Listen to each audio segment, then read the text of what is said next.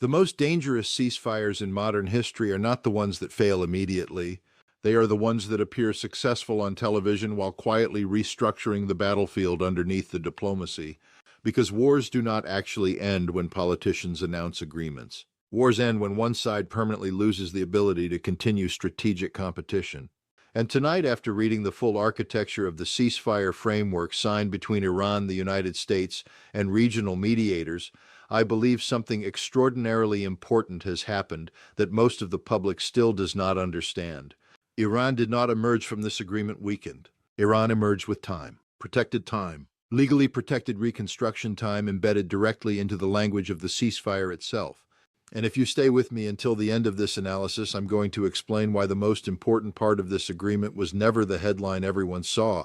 It was the technical language buried underneath it, language that may ultimately allow Iran to rebuild stronger, harder to target, and far more strategically dangerous than before the conflict even began.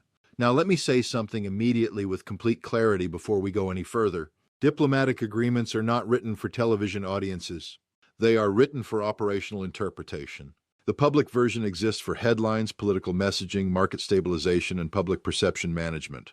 The real agreement, the one military planners, intelligence analysts, and strategic negotiators care about, exists inside annexes, definitions, procedural clauses, verification mechanisms, and enforcement architecture. That's where wars continue after ceasefires begin. And this is where the situation becomes extremely dangerous because the gap between the public presentation of this agreement and the operational reality hidden inside its technical framework is enormous. Now, understand something important here. During military conflicts, nations do not negotiate merely from battlefield positions, they negotiate from timelines. One side attempts to freeze the battlefield before conditions deteriorate further. The other side attempts to preserve enough strategic flexibility to continue advancing objectives after the shooting pauses. The ceasefire itself becomes another battlefield, one fought through definitions, restrictions, exceptions, inspection protocols, and reconstruction authority. Iran understands this process extraordinarily well. Because for 40 years, the Islamic Republic has survived through strategic patience, asymmetric adaptation, legal maneuvering, sanctions endurance, and gradual institutional learning under pressure, conditions most states would not survive politically. That matters enormously tonight, because what happened here was not amateur diplomacy. It was highly calculated strategic negotiation conducted by a state that has spent decades learning how to operate under pressure from vastly more powerful adversaries. And if you think this agreement simply reflects peace efforts, you are missing the operational core entirely. Now stay with me because what I'm about to explain is the part almost nobody discussing this ceasefire publicly seems willing to analyze honestly. The central issue is not what Iran agreed to publicly. The central issue is what restrictions the agreement imposes on future military action during the reconstruction period itself. That's the key. Because if reconstruction proceeds faster than enforcement capability recovers, the balance of power changes dramatically before the next confrontation even begins. And that appears to be exactly what Iran negotiated. Now let me explain why reconstruction windows matter so much strategically. Modern wars increasingly revolve around industrial sustainability rather than simple battlefield attrition. Missile inventories, air defense replenishment, underground facility repair, radar replacement, communications infrastructure, production dispersal, hardened logistics networks. These are the systems that determine long-term strategic survivability. Destroying them takes enormous resources. Rebuilding them takes time. And protected time is one of the most valuable strategic commodities in modern warfare. That is what Iran may have secured here. Now think carefully about what this means operationally. During the conflict, Iran absorbed substantial damage across multiple categories of infrastructure. Missile production sites, air defense networks, underground command facilities, logistics architecture, communication systems, nuclear support infrastructure. But the strikes also revealed something equally important to Iranian planners, exactly how American and Allied targeting systems operate under real wartime conditions. That intelligence is priceless, because once you understand precisely how your adversary targets you, you can redesign the next generation of infrastructure specifically to survive those targeting methods. That is how adaptive military systems evolve. And if you think that's alarming, the next development is even more significant. Iran did not spend the conflict simply defending itself militarily. It spent the conflict collecting operational data, strike patterns, penetration depth, electronic warfare methodology, air defense suppression tactics, satellite surveillance timing, precision strike sequencing, communications vulnerabilities. Every missile strike taught Iran something. Every bunker penetration revealed something. Every successful interception and every failed interception produced new engineering lessons. Now ask yourself one question. What happens when a state with decades of underground infrastructure experience receives 90 uninterrupted days to rebuild using direct battlefield data gathered from a modern American-led strike campaign? The answer is obvious. The rebuilt system becomes significantly harder to destroy. That's the danger hidden underneath this agreement. Now, let me explain why the monitoring structure matters just as much as the reconstruction language itself. Ceasefire agreements depend entirely on enforcement architecture. Who defines violations? Who determines compliance? Who authorizes inspections? Who classifies reconstruction activity? Those questions are everything. And this is where the framework becomes strategically fascinating, because the structure appears designed less for restricting Iranian reconstruction than for regulating how reconstruction is interpreted politically. That distinction matters enormously. If the body determining whether infrastructure qualifies as civilian, defensive, or dual use includes states politically aligned toward de-escalation rather than confrontation, reconstruction flexibility expands dramatically. Iranian negotiators understand this perfectly. Now stay with me because this next point explains why military planners across the region are studying this agreement so intensely tonight. Reconstruction is not simply about replacing destroyed systems. Smart reconstruction changes architecture entirely. Concentrated infrastructure becomes dispersed. Fixed facilities become mobile. Surface logistics move underground. Command systems decentralize. Production chains fragment geographically. Air defense coverage integrates more deeply. Redundancy multiplies. In other words, reconstruction after modern warfare often creates a more survivable military structure than the original pre-war system itself. That may be exactly what is happening now. And if you think the United States can simply repeat the same strike campaign later with identical effectiveness, military history suggests otherwise. First strike campaigns often achieve their greatest success before the target fully understands the methodology being used against it. Once adaptation occurs, future campaigns become exponentially harder. That's one of the oldest patterns in military history. Now let me explain why timing is absolutely critical here. 90 days in civilian politics feels short. 90 days in military engineering under protected conditions can be transformational. Hardened facilities can be expanded. Tunnel systems can be reinforced. Missile stockpiles can be dispersed. Radar systems can be repositioned. Air defense integration can be upgraded. Production networks can be decentralized, especially if reconstruction plans already existed before the ceasefire was signed. And serious strategic planners always prepare reconstruction plans before conflicts even begin. Iran almost certainly did. Now think carefully about what this reveals psychologically. Tehran entered these negotiations understanding something very important. America and its regional partners also face constraints: interceptor depletion, precision munition expenditure, operational fatigue, political pressure, alliance management complications, economic costs, inventory replenishment timelines. Modern wars consume enormous amounts of advanced weaponry rapidly, and replenishment is slower than most television discussions acknowledge honestly. That matters now more than ever, because reconstruction races are comparative processes. The question is not simply whether Iran rebuilds. The question is whether Iran rebuilds faster than its adversaries restore strike superiority and replenishment capacity. That's the real calculation, and Iran appears increasingly confident about the answer. Now stay with me because this next part explains why the diplomatic dimension may ultimately prove more important than the military dimension itself. Iran's strategic culture emphasizes endurance, patience, long-term positioning, incremental advantage accumulation, survival through asymmetry rather than direct dominance. Western political systems often operate differently.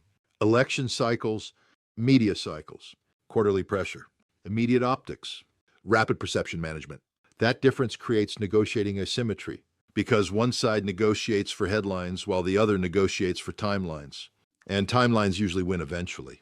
Now let me explain something many people still misunderstand about modern Middle Eastern diplomacy. Regional powers increasingly pursue strategic flexibility rather than permanent alignment. Oman, Qatar, Turkey, even Gulf states balancing relationships simultaneously with Washington, Beijing, Moscow, and Tehran. This creates diplomatic environments where enforcement mechanisms become softer operationally than public rhetoric initially suggests. Iran understands how to navigate that environment extremely effectively. Now, if you think that's alarming, the next reality is even worse. Because every day Iran spends rebuilding under ceasefire protection is also a day Russia and China observe American military adaptation rates, replenishment limitations, alliance cohesion pressures, and regional bandwidth constraints. The Middle East never exists in isolation anymore. Everything is interconnected strategically now. Russia watches how quickly interceptor inventories deplete. China watches how American strategic bandwidth stretches across multiple theaters simultaneously. Iran watches how political pressure shapes Western decision-making under prolonged confrontation. Everyone is learning from this conflict, and everyone is adapting. Now think carefully about what happens on day 91. That is the question military planners are quietly modeling tonight. Because the strategic environment after reconstruction may look fundamentally different from the environment before the ceasefire began. Deeper facilities, more dispersed production, integrated air defense improvements, expanded underground architecture, improved missile survivability, refined targeting intelligence, potentially accelerated enrichment flexibility hidden beneath compliance ambiguity. All of that changes future escalation mathematics dramatically. And this is where things become historically significant. Modern conflicts increasingly end not through decisive battlefield collapse, but through negotiated pauses allowing strategic repositioning before the next phase of competition begins. That is the model emerging globally now. Ukraine reflects it. The Middle East reflects it. Potential future Pacific scenarios may reflect it as well. Long wars increasingly become cycles of attrition, negotiation, reconstruction, adaptation, and renewed pressure. And the side that learns faster usually gains long-term advantage. Now let me tell you what concerns me most about this agreement specifically. The public framing creates the illusion of stabilization, while the operational architecture may actually be facilitating strategic transformation underneath the ceasefire itself. That is extraordinarily dangerous historically, because false perceptions of stability often encourage complacency precisely while adversaries are reorganizing more effectively than before. And if you think policymakers fully understand how significant this reconstruction window may become, I'm not convinced they do. Because much of modern Western strategic thinking still assumes military superiority naturally translates into diplomatic leverage automatically. History repeatedly shows that assumption can fail, especially against adversaries prioritizing survivability, patience, and asymmetric adaptation over short-term battlefield optics. Now ask yourself one final question before we continue. If a state survives a major strike campaign, studies every targeting method used against it, secures 90 days of legally protected reconstruction time, and emerges with a harder, deeper, more dispersed military architecture than before the conflict began, did the ceasefire actually end the strategic threat, or did it simply postpone the next phase under conditions more favorable to Iran than before? Now, here is where the situation becomes even more dangerous because the true significance of this ceasefire does not begin during the reconstruction period. It begins after the reconstruction period ends. That is the moment almost nobody in the public discussion is analyzing honestly right now. Everyone is focused on the pause itself, the diplomatic language, the temporary reduction in escalation, the appearance of stabilization, but military planners do not evaluate ceasefires emotionally. They evaluate them comparatively. They ask one question above all others: who benefits more from the time being created? And tonight the answer increasingly appears to be Iran. Because while headlines describe de-escalation, the operational reality underneath the agreement points towards something very different, a strategic reset period during which Tehran may be restructuring its military architecture faster than the United States and its regional allies can restore the strike dominance that originally forced the ceasefire in the first place. That is the real story here. And if you think that's alarming, the next reality is even more important. Modern military campaigns are not simply contests of firepower anymore. They are contests of adaptation speed. The side that learns faster usually gains the long-term advantage even if it absorbs heavier initial damage. This is one of the biggest lessons emerging from 21st century warfare globally. Precision strikes matter. Technology matters. Air superiority matters. But adaptive survivability increasingly matters more over time. Iran understands this perfectly. Now think carefully about what Tehran learned during the conflict itself. It learned which facilities were easiest to identify through satellite surveillance. It learned which communications pathways remained vulnerable during electronic warfare pressure. It learned which air defense systems failed first under saturation attacks. It learned how interceptor depletion affects prolonged strike exchanges. It learned the sequencing methodology behind American and Allied targeting logic. That information is strategically transformative, because reconstruction guided by real battlefield data produces much more survivable systems than reconstruction guided by theoretical assumptions alone. And this is where things become historically significant. Many military analysts still discuss underground infrastructure as though it simply means burying facilities deeper. That is an oversimplification. Modern hardened architecture involves layered survivability ecosystems, decentralized command structures, redundant tunnel logistics, mobile launch integration, segmented communications nodes, independent energy supply systems, rapid concealment mechanisms, false targeting signatures, thermal masking, distributed assembly lines. In other words, the future Iranian military architecture may not simply be rebuilt, it may be fundamentally redesigned. Now stay with me, because this next point explains why future strike campaigns could become dramatically more difficult than the last one. Precision warfare depends heavily on target certainty. You must know where systems are, how they connect, how they communicate, and how quickly they can relocate or regenerate after attack. But dispersed military ecosystems reduce certainty significantly, and uncertainty changes everything operationally, because uncertainty increases munition expenditure. Uncertainty increases sortie requirements. Uncertainty increases intelligence dependency. Uncertainty increases risk. That is why dispersal strategy matters so much. Now let me explain why air defense integration may become one of the most important developments during this reconstruction period. During the conflict, Iran's layered defenses suffered degradation under coordinated suppression efforts, but they also gathered invaluable electronic intelligence regarding Western radar suppression tactics, electronic warfare frequencies, missile sequencing patterns, and aircraft penetration methodology. That intelligence is priceless for future adaptation, and if reports of deeper Russian technical integration prove accurate, then Iran may emerge from this pause with significantly enhanced layered defense architecture combining indigenous systems, hardened radar redundancy, frequency agility improvements, and external technological assistance. That changes the future escalation environment substantially, because every additional layer of survivability raises the political and military cost of renewed confrontation. Now, if you think that's alarming, the next development is even worse. Reconstruction is not limited to physical infrastructure. Strategic reconstruction also involves doctrine. Iran is likely rewriting large portions of its operational doctrine right now based directly on combat observations gathered during the conflict. Missile dispersal timelines, proxy coordination methods, air defense sequencing, decoy deployment, electronic warfare countermeasures, underground logistics movement, command decentralization. Wars teach militaries brutally fast, and adaptive militaries emerge stronger after survival. Now ask yourself one question. What happens if the next confrontation begins against an Iran that not only rebuilt its infrastructure, but rebuilt it specifically around the weaknesses the previous conflict exposed? That is the question keeping military planners awake tonight. Because future campaigns may require significantly larger strike packages, longer operational timelines, greater inventory expenditure, and much higher escalation risks than before. And inventory matters now more than most public discussions admit honestly. Modern precision warfare consumes extraordinary quantities of advanced munitions rapidly. Cruise missiles, interceptors, guided bombs, air defense suppression systems, long-range strike assets. The industrial replenishment challenge becomes enormous during sustained operations. This is one of the reasons reconstruction windows matter so much strategically. If one side rebuilds faster than the other side replenishes offensive capacity, the balance begins shifting quietly underneath public diplomacy.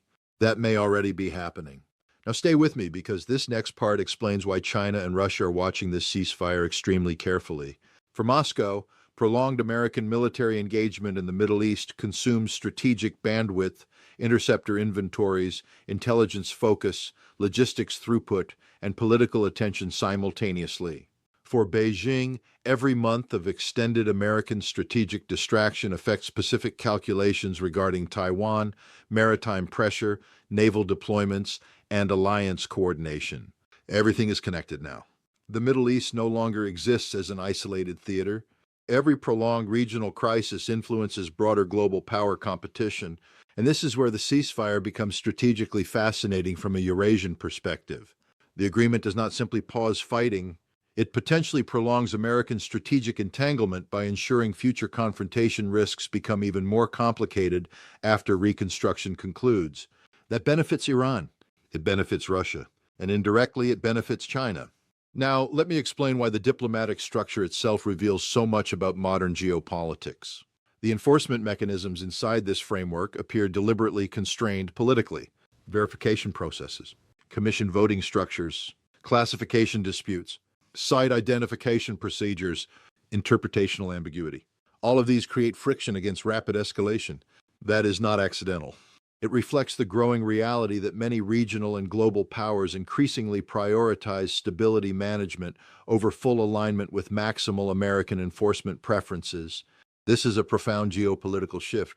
Because for decades Washington operated inside systems where diplomatic architecture largely reinforced American strategic objectives automatically, that environment is changing. Multipolar balancing is emerging. Regional powers increasingly pursue flexibility rather than dependence. Iran has adapted to that transition exceptionally well. Now think carefully about what Day 91 may actually look like operationally. Publicly, politicians may still speak about diplomacy and compliance mechanisms, but privately, military planners will confront a transformed battlefield environment, more survivable targets, hardened reconstruction, better dispersal, potentially replenished missile inventories, improved layered defenses, expanded underground logistics, and perhaps most importantly, a state psychologically convinced it survived the initial assault and adapted successfully. That psychological factor matters enormously, because survivability changes strategic confidence. Now, if you think this agreement permanently stabilizes the region, I believe that interpretation misunderstands the deeper trajectory entirely. Ceasefires like this often function less as conclusions and more as transition phases between cycles of confrontation. The military pressure pauses, reconstruction accelerates, alliances reposition, industrial replenishment occurs, intelligence collection intensifies, diplomatic narratives stabilize temporarily. But underneath the surface, competition continues uninterrupted. That is the reality of modern geopolitical conflict. Now let me tell you what concerns me most about where this may lead next. The longer strategic competitors rely on cycles of strike campaigns followed by reconstruction pauses, the more militaries adapt toward permanent survivability architectures. Underground expansion accelerates globally. Mobile systems proliferate. Decentralized production increases. Air defense layering deepens. Strategic ambiguity grows. In other words, every conflict teaches the next generation of military systems how to become harder to destroy. That trend is becoming visible worldwide now. Ukraine demonstrates it. The Middle East demonstrates it. Potential future Pacific conflicts will likely demonstrate it too. And the consequence is deeply troubling. Wars become harder to end decisively. Now stay with me because this final point explains why this ceasefire may become historically important far beyond the Middle East itself. For decades, many Western strategists assumed overwhelming technological superiority guaranteed long-term escalation dominance. Precision strikes, air power, intelligence integration, electronic warfare, networked operations. All of these created enormous advantages. But advantages are not the same thing as permanence, because adversaries adapt, and adaptive survival may ultimately become the defining strategic principle of modern warfare. Iran appears to understand that deeply, survive the initial pressure, preserve command continuity, absorb damage, study the attack, rebuild harder, extend timelines, exploit political fatigue, repeat if necessary. That is not conventional victory in the Western sense, but it can still produce long-term strategic success, and this is where the ceasefire clause becomes so significant. 90 protected days may not sound dramatic politically, but strategically, 90 days of uninterrupted adaptation after surviving a major strike campaign can reshape the entire future balance of power in a region, especially when reconstruction is guided by direct operational lessons learned under real combat conditions. Now ask yourself one final question. If a ceasefire legally protects the reconstruction of deeper bunkers, more dispersed missile infrastructure, stronger air defenses, decentralized production systems, and more survivable command architecture, is the agreement actually reducing the probability of future war? Or is it simply preparing the battlefield for a more dangerous confrontation later under conditions significantly more favorable to Iran than before the ceasefire was signed? Because from where I sit, having watched how modern conflicts evolve over the last several decades, the answer may determine not only the future of the Middle East, but the future trajectory of strategic competition itself in an increasingly unstable world.